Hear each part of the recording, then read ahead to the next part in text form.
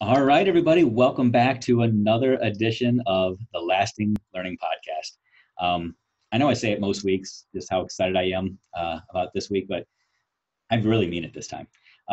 This week, I've got a guest who I'm going to be presumptuous here. I'm going to call her a new friend as well. Somebody that I connected with just on social media after seeing some stuff go viral, and the stuff that she said just really resonated with me. And like captured me and moved me and pushed me and challenged me and just caused a whole lot of personal and professional reflection. She's a person who I now kind of cyber stalk, and the more I get to know, the more I appreciate. And I just thought, why am I trying to keep this all for myself? Let me share this amazing person with all of you. Today we've got Jessica Gentry on, who's going to tell us a little about her story. Some of you might know Jessica just from some of the stuff that went viral about her and some of the decisions that she made professionally over the course of the last year. And we'll talk about that a little bit. But I also want to just get to know her because she's pretty amazing. She's pretty phenomenal. And I think that she's going to help challenge and inspire all of you as well. So with that, Jessica, thank you for being here today and giving up some of your time, which I know is super valuable. Do you mind just telling those people out there that don't know who you are a little bit about you and anything you want to share? Feel free. Yeah, sure. So I'm from Virginia. I taught kindergarten in the same school building for 12 years. Had my daughter Kara, she just turned 7 in July. So that transition from non-family life teacher to having a family, it hit me pretty hard. I went through postpartum depression. Having her in July, I was not able to start the school year with that group of kiddos, and I didn't realize how hard that was going to be year 5 until it happened. And I think that kind of spurred some of that PPD with me. I had some pretty negative evaluations that year. That kind of started kind of the turmoil within me of what to do now. I wouldn't say, this is probably going to sound terrible, I wouldn't say that I'm like a mommy mom, which is weird because I'm a kindergarten teacher. And so I probably also wouldn't say that I'm like that fuzzy. I'm all about relationships, but also keeping it real. And if you follow me long enough, I feel like that comes across. I parent the way that I teach. So the PPD hit really hard. And I didn't actually get diagnosed until she was almost 11 months old. So that year was pretty terrible, right mid-career for the long 12 years that I was there. I then went through a divorce. Within that time, I was starting some social media-based business ventures that went along with health and fitness because that's what really got me out of that time. And so becoming so open on social media, the divorce went through that as well. So that was fun. He and I are actually, I would consider us friends. We get along fine. But going through that publicly was rough. And so, yeah, that's kind of who I am. I am now dating and live with a guy that I went to elementary school with. We lived like 2 or 3 blocks away when we were little, and he says we were friends when we were little. We were not. He was way cuter, and then he became like way in a different crowd, and then he moved away. But we'll let him say we were friends. But yeah, I decided he was 2 hours away, long distance relationship. He moved up here in February of this year, and kind of the deciding statement, line in the sand, was in March. He lived with us for about a month, and we got home at the same time, which I was not used to. I was alone for 3 years, just Kara and I. He came to the door one evening and he said, this is like relationship triage. He's like, I didn't know how bad it was being 2 hours away and only talking to you on the phone at like 8 o'clock. So I had 4 hours to decompress. And he was like, I don't know what the right thing to do is. Leave you alone? Do you want to talk? He's like, I never really know. And out loud in that moment, I said, Kara has been living this life for almost 7 years. Wow. And that's when I was like, I am creating trauma in my own child while desperately trying to heal my kids in my classroom from their own. So yeah, it was kind of made for me when that aha moment of him being brave enough to say that out loud to me. Wow. And then from that moment, you made a decision. Well, yeah, so that I am a very, well, when you go through a divorce, thank goodness I had the other business, because we all know what teachers make, and financially it is not enough to sustain a household. I just knew that I didn't want child support. I didn't want any of that. I get that from my dad, and my grandma were stubborn. So finances have always been a huge deal to me.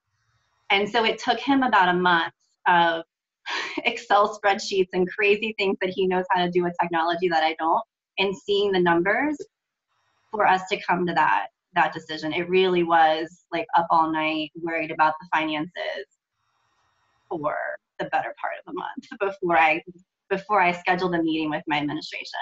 Mm-hmm. And so I want to talk about this a little bit, but I'm just, as you're talking, I'm considering all these notes because there's so many things I want to dig into, if that's okay. But you scheduled this meeting with your administrator after you've been wrestling for a month whether or not you should stick it out and keep teaching, whether or not you should continue to bring home that baggage and the stress and anxiety every single day. But then you finally just pulled the trigger and said, let's do it, rip off the Band-Aid, let's have this talk. Yep. And I know it's a bad example, bad analogy, but you said you went through a divorce before. Was the anxiety leading up to that conversation similar to the experience 3-4 years earlier? Yeah, I feel like I framed it much in the same way. Like I approach conflict I don't like it at all. But I also know that in those situations that myself, I learn best if you help me get there. Like, don't take me there, help me get there with you. Which was why when he said it's like relationship triage, it helped me get it. Like, I connected that. And I think that's more powerful. So the same thing with the divorce, like it was, we were just really good friends, and that's kind of how we were. So I like gave it like a scenario, and he was like, oh yeah, like you're right. So that's kind of how I approached this. I came in, and I would consider myself well respected in the building, and not to be like conceited or inflated ego, but I knew when they lost me, it was a big loss, and I knew that they would realize that. I had been there for 12 years, and I was the only team member that had been there for longer than 3 on that kindergarten team. Wow. So I knew it. I knew what the impact was going to be. So I think that made me feel worse than anything else. But I thought I was going to cry. I did not. I usually get really hot. That did happen, and I can't make eye contact, and that was true for that as well.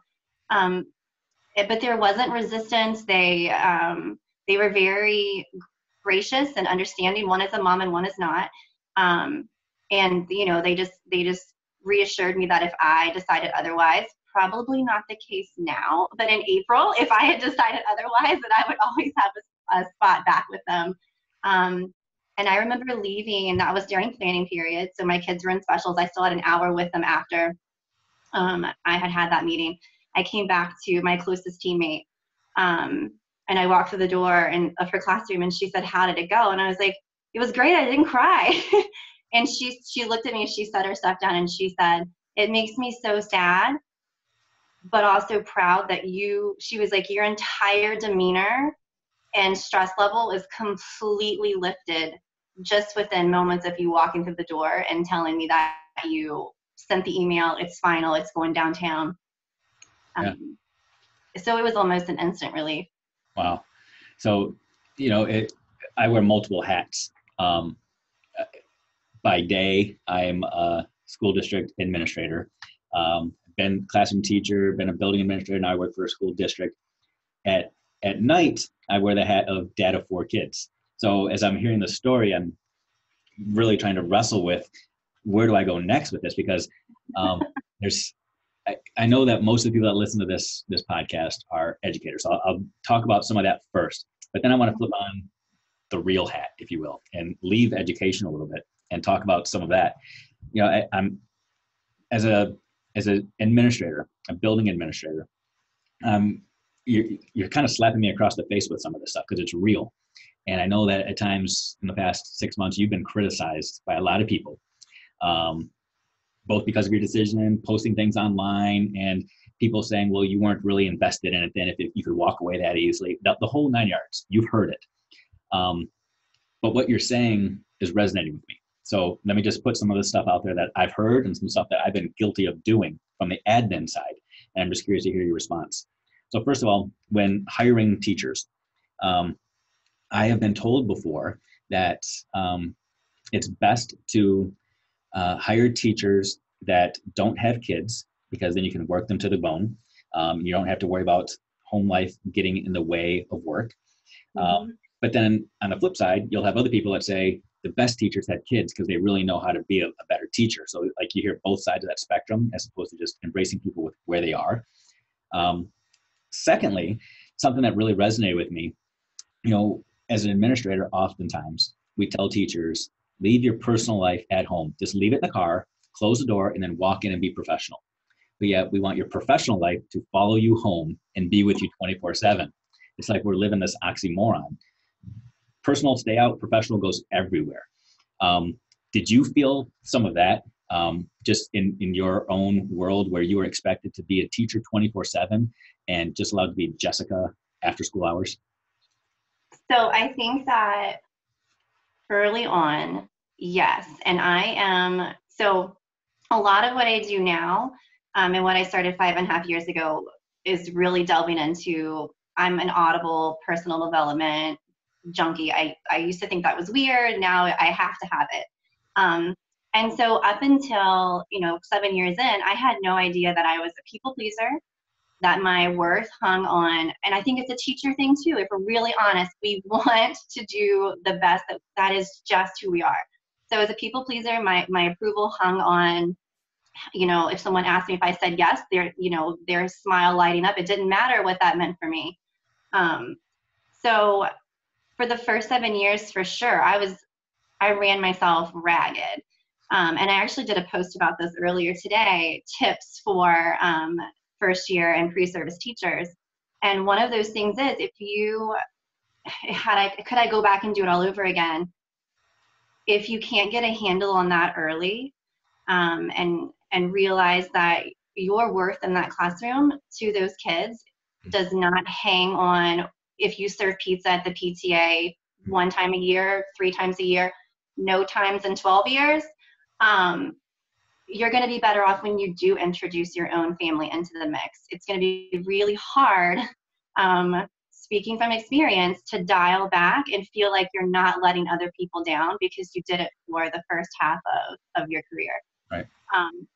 But I will say there were times, to give credit to my most recent administration, where she would come right out and say, Jess, when I'm at home and I'm eating dinner, and she's like, if you were to send me an email, I'm not responding until 8 o'clock in the morning, and I don't expect you to do any differently. So she was a really good example of that. And we also became, I was actually in the process of becoming a trauma-informed care coach my last year. That's like, as soon as it was introduced, I was like, I don't care what I need to do, I'm going to do that. Which kind of contradicts. No, it doesn't, because it was for the benefit of my kids.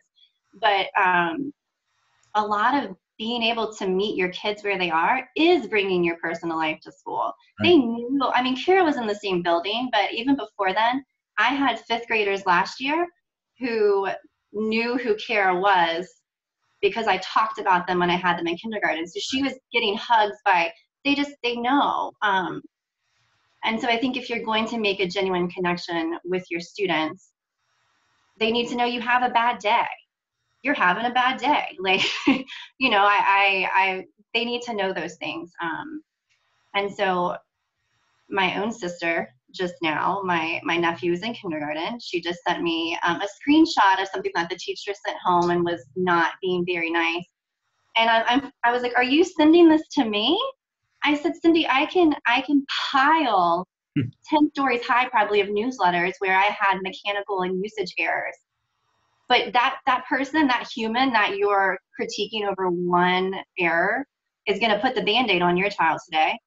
She's going to, make sure that if he pees his pants in kindergarten, his peers don't make fun of him, and that's minimized. And she's going to do and push and encourage him to do things that build his pride.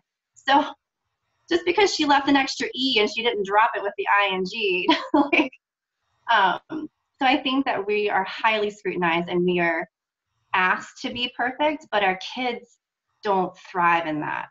Wow. So Such a powerful message that just came through loud and clear. I think some people read your message, read your post, and read it as this person is just disgruntled and angry at the system and is just fed up with teaching.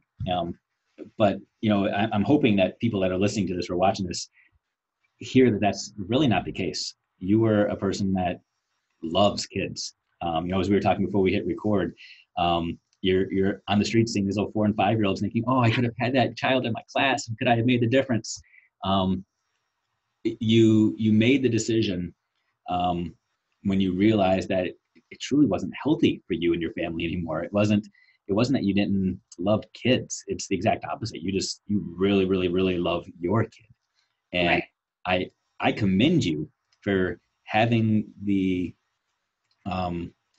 it's PG audience here, but the ability to take that chance, to take that risk, because I'll be honest, I listened to one of your other podcasts a couple weeks ago when you were a guest, and I retweeted it to somebody, and they responded back with and said, "I haven't even listened to that yet because I don't buy into anything that girl is saying, because she already had a side hustle beforehand, and this was all just a ploy to get publicity." And I looked at it and read it, and I got into a little Twitter war with this person, defending you, because that's not the person that I've seen here. This was a leap of faith, wasn't it? I mean, it's not like you had everything set up. No, no. So a little bit of maybe what the heaviest part that I saw before Myron was like, if I come home and I feel like your energy's low because you've been scrolling these comments, I'm going to start taking, like, he was like, "No, you're not doing this every day." Because June was really hard for me. I did not expect that to happen. I actually responded to nothing for about 36 hours because I didn't know what was happening. But some of the things that really bothered me the most came locally from 2 parents in particular of kids that I had last school year.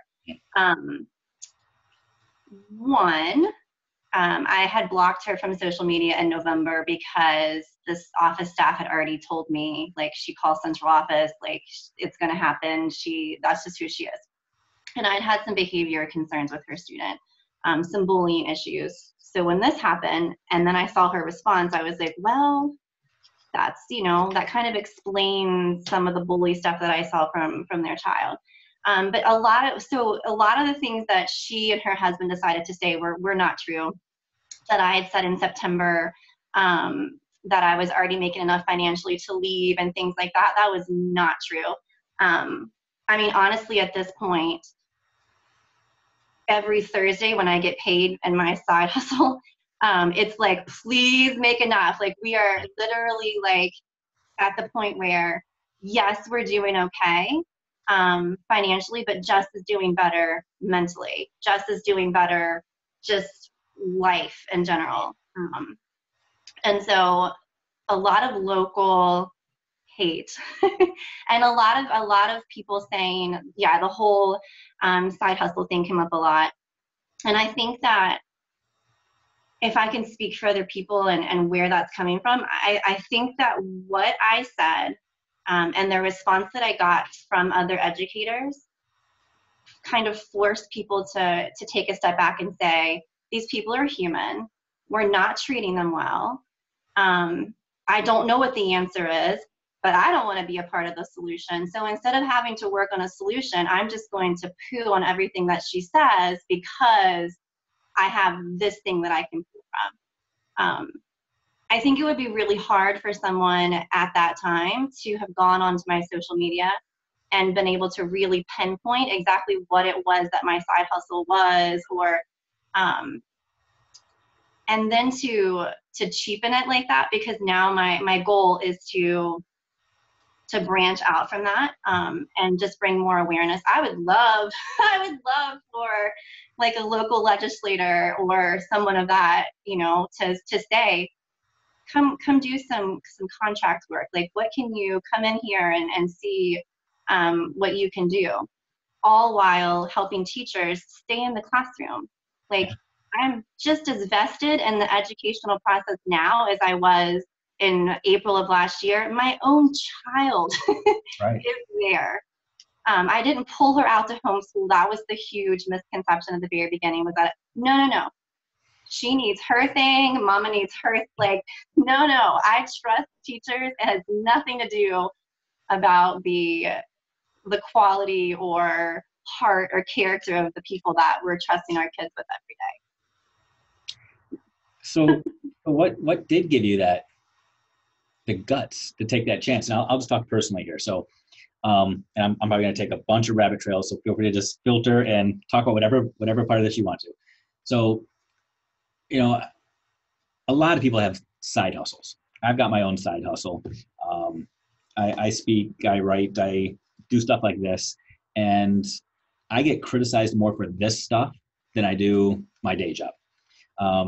And at times it's devastating and it eats me alive. And at times it lights a fire under me and I want to, like, proverbially say, F you to everybody, look what I can do, And there are times where I want to go in harder, and there are sometimes where I want to just pull back and hide.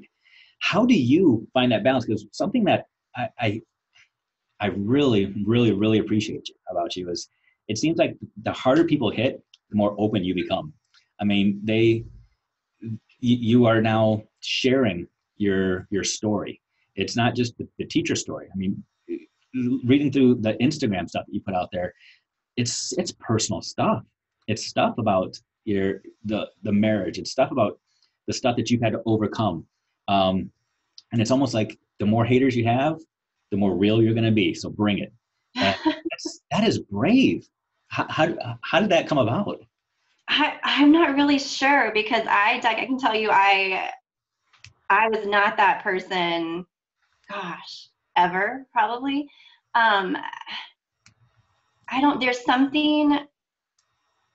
There's something freeing about, well, of course, I feel like, so one thing, I feel like you have to kind of be on the other side of it before you can share it, because if not, then you're like trying to garner attention and things like that.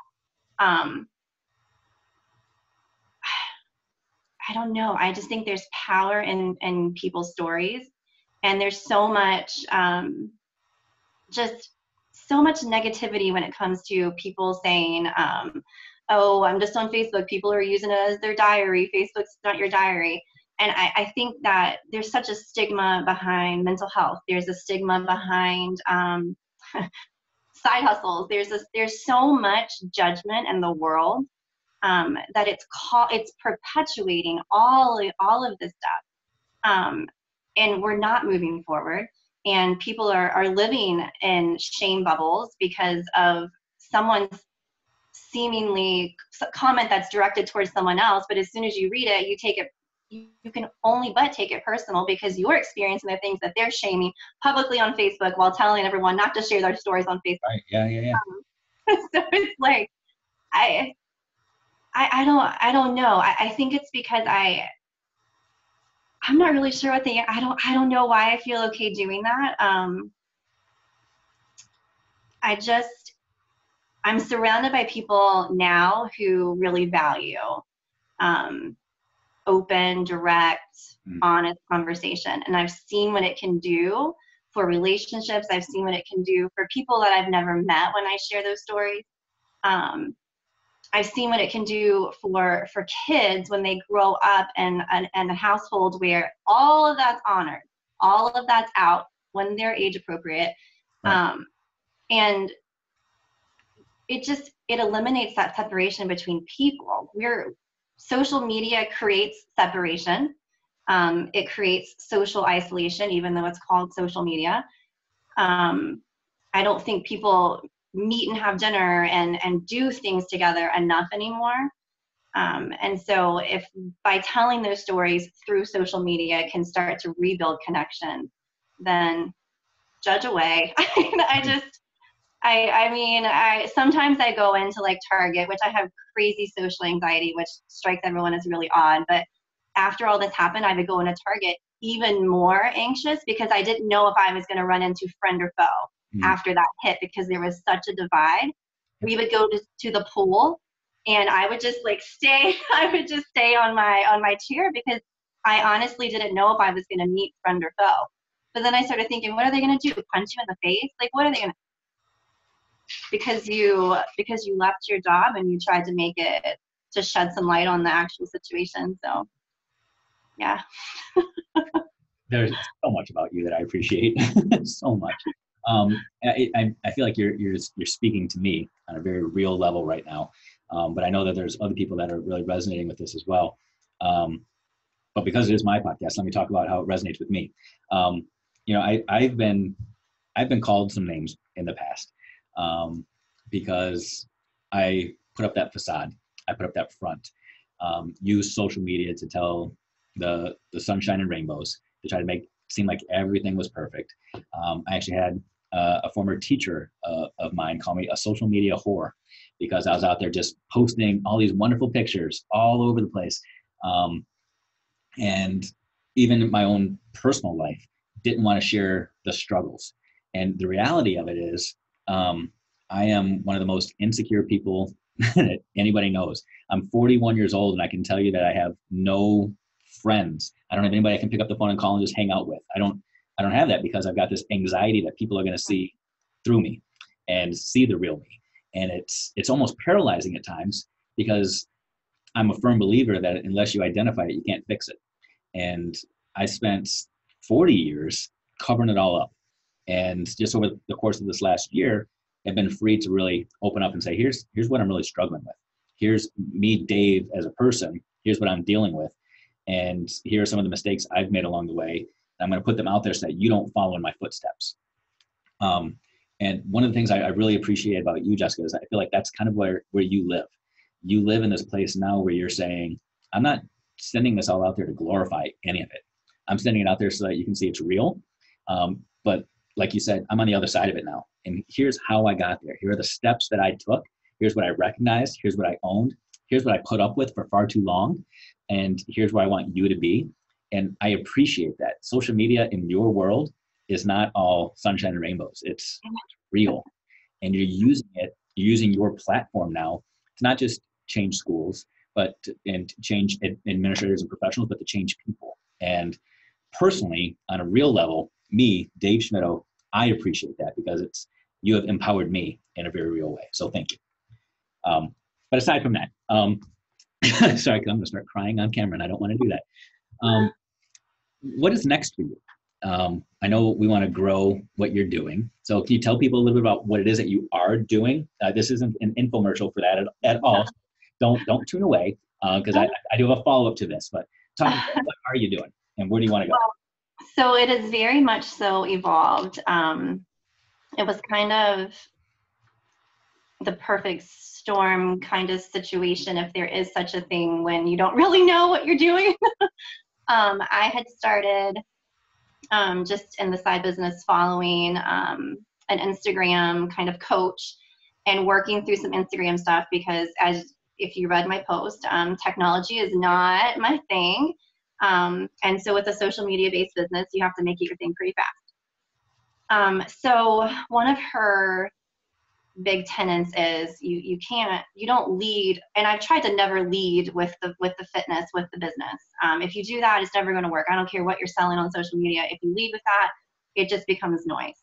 And that it felt so cheap to me to do that anyways. And so one-sided and small compared to like what actually has to happen in your life for you to change your health and wellness. It's not just you go run a mile and all the habits are gone. And so I really started delving into, so it's kind of what I get paid to do is different than what I spend a majority of my time doing. So I get paid to introduce people. It's for anyone, but my audience is pretty narrow at this point, to at-home health and fitness, helping people navigate through fad diets, the hard-boiled egg stuff, like all of those things, and just get back down to basics. And then supporting them through virtual online communities. But from that, I will tell you, in 2017, I was ready to quit. It wasn't fun anymore. It was not, there was no joy in it. I just felt like I was posting sweaty selfies every single day. And like it started to feel fake, and it started to feel vain, and I didn't like it. So that's when I really started to think about who am I, and what in the world do I have to offer that's different than anybody else? And I kind of found my joy in sharing about horrendous relationship experiences and how to find one that is not horrendous. How to work on yourself and boost your own. So I started running Love Dare challenges and the Love Language challenge. And so that's what I do. That if I could do that all day long and just not get paid, and be able to live without getting paid, that's what I would want to do. I'm going to work out because it's good for me. I'm going to do that anyways. So that's kind of what 2018 looked like. Now, I have my IGTV stories are primarily tips for parents, getting ready for kindergarten the summer before. You don't have to do worksheets and things like that kind of theme. I do have a new Facebook group that I'm hosting for parents to come and ask me questions, because I was getting so many of those for years, and even more so now. And I was like, oh, let me just put you all together and I'll just answer all of your questions, because I love talking about school and report cards and what to expect. And your teacher didn't really mean that when she said that. So a lot of that. So that's what, in June, when I was still reading those terrible comments, that's what I think hurt the most, was because they took something that was so innocent and pure and not malintentioned or attention seeking or profit seeking, and turned it into something really ugly. This is the stuff I want to do. Yeah. This is the stuff that lights me up, when I can talk about stuff like this. That's awesome. That's awesome. I know where I am. No, that's awesome. I'm just thinking about my own goals, and I know one goal when I grow up, I want to be Jessica Gentry. So I want to be the person that you are. I think it's just, it's pretty cool, and you're pretty amazing. If I can kind of just try to wrap this up in a selfish way, okay? I kind of see you as, you are the person that just likes to cut through the crap and get rid of the noise. Let's just focus on what we got to focus on and just do it. So knowing me, knowing what you do know about me, knowing about who I am professionally, I'm going to ask you to, in a way, cut through the crap and coach me up, if you will. So what should I be focusing on professionally? And then how do I balance that personally? What advice would you give me? Go. So in the administrative role, if I put myself back in that classroom, what a teacher in your division wants to see from you is that you have flaws, you're gonna make mistakes, and being able to just say, I tried this, didn't really work, this is what we're gonna do now. I feel like the way that you are able to kind of unwrap all of that and put it out there, it's going to allow everyone around you professionally to kind of lay down those facades as well. And I think the whole vibe is going to be totally different. Shoulders are going to relax, tension's going to fade, like real, genuine conversations, laughter, all of that, I feel like will come back. And I think that it's sometimes the misconception is facades lead to happy. Being perfect leads to happy, but when you are able to be who you are, fall flat on your face, try new things, grow with with your building, your division, and do those scary things together, that's when the bond happens. So I think you just keep doing what you're doing and allowing them to see that you can go through the steps of being in power and still be a human being. It doesn't require armor or like anything like that. But I do, like, I feel for you, because I feel like teachers get a certain type of pressure, and then the higher up you go, it's a different type, and you kind of become the person no one sees, so it's just easier to blame and blame and blame and blame. And so, yeah. So personally, I think keep doing what you're like. I've the last like 2 or 3 weeks watching the lead up to the book and everything, and the things that you've been sharing.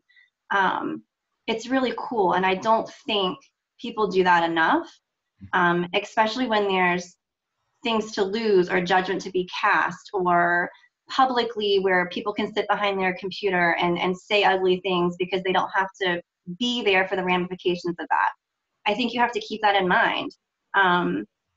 Alcohol is a really good confidence boost. So is a keyboard. Right. Oh yeah. And it's not. I feel bad for those people. I've been sent so many emails, anonymous emails, and one time I was like, "It's Friday at 2:00 in the afternoon. It's beautiful outside. How sad is your life that this is what you're doing inside from your? What are you doing?" So I was like, "Talk about my stretch marks all you want. Like, I'm at the pool. I don't know what you're doing." So I think just keep framing it that way. That's good. That was good. I'm gonna re-listen to this and watch this over and over and over again. It's Stuart Smalley. I'm good enough. I'm smart enough. And doggone it, people like it. It's needed.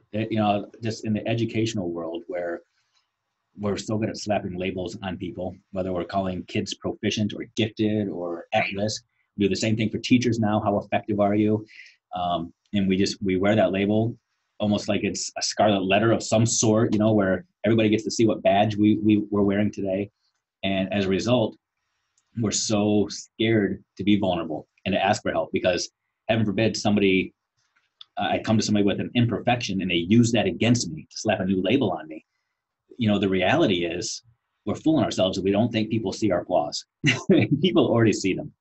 So just being willing to own them a little bit and not celebrate them, but acknowledge them, and then talk about those next steps. That's so good, because that's the only way to grow. So awesome. Well, and I think we hide behind giving other people labels, because when you're in the act of giving a label, there's no responsibility for yourself. Right. It's on them. Yep. I mean, so label me. You're not growing when you're doing that. So right. Absolutely. So good. So good.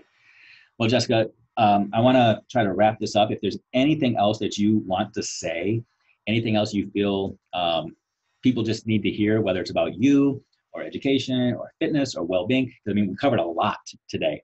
If there's anything that you think out of all we talked about, people really need to fixate on this, now is your chance. What's your 30-second elevator speech if you're trapped with somebody and they say, "What are you about? What do we need to know?" Go for it. You can take as long as you can. I guess I would talk to parents. Just having the experience with my sister the last couple of weeks. Teachers, so this is something I heard a lot. Well, she knew what to expect. Well, you knew it was going to be hard. You knew what to expect. I don't know if people necessarily are able to understand or step into those shoes fully. Right. You become completely invested in your child. Right. Whether you want to acknowledge it or not, it doesn't have to. I think sometimes it's a pride thing, because we have to send our kids to school because I have to work. I can't homeschool. So it's like this weird kind of a jealousy thing. We get to spend time with your kids. So put that aside. We become so invested in your children that leaving at the end of the year, even when we are running, bags packed, screaming out the door, it is a severed feeling. You do feel that sever. So worry less about the grades your child is getting, all of that, and worry more about when your kid comes home. And for example, one of the videos I did in my parent group was her son wanted to invite his teacher to his birthday party. Listen to those things that your kid says. Wow. Because for a 5-year-old boy to want his old girl teacher at his birthday party speaks volumes for the relationship that woman has made in his life in a week and a half. Right. That gives me goosebumps. That's what's most important.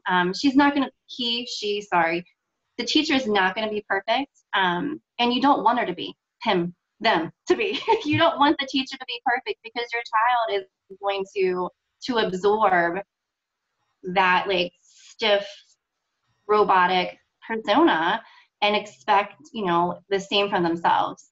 So appreciate and applaud the teachers that are falling on their faces and doing things that are out of the box and loving your kids. So good. So good. And I will leave it right there, as though the mic just got dropped.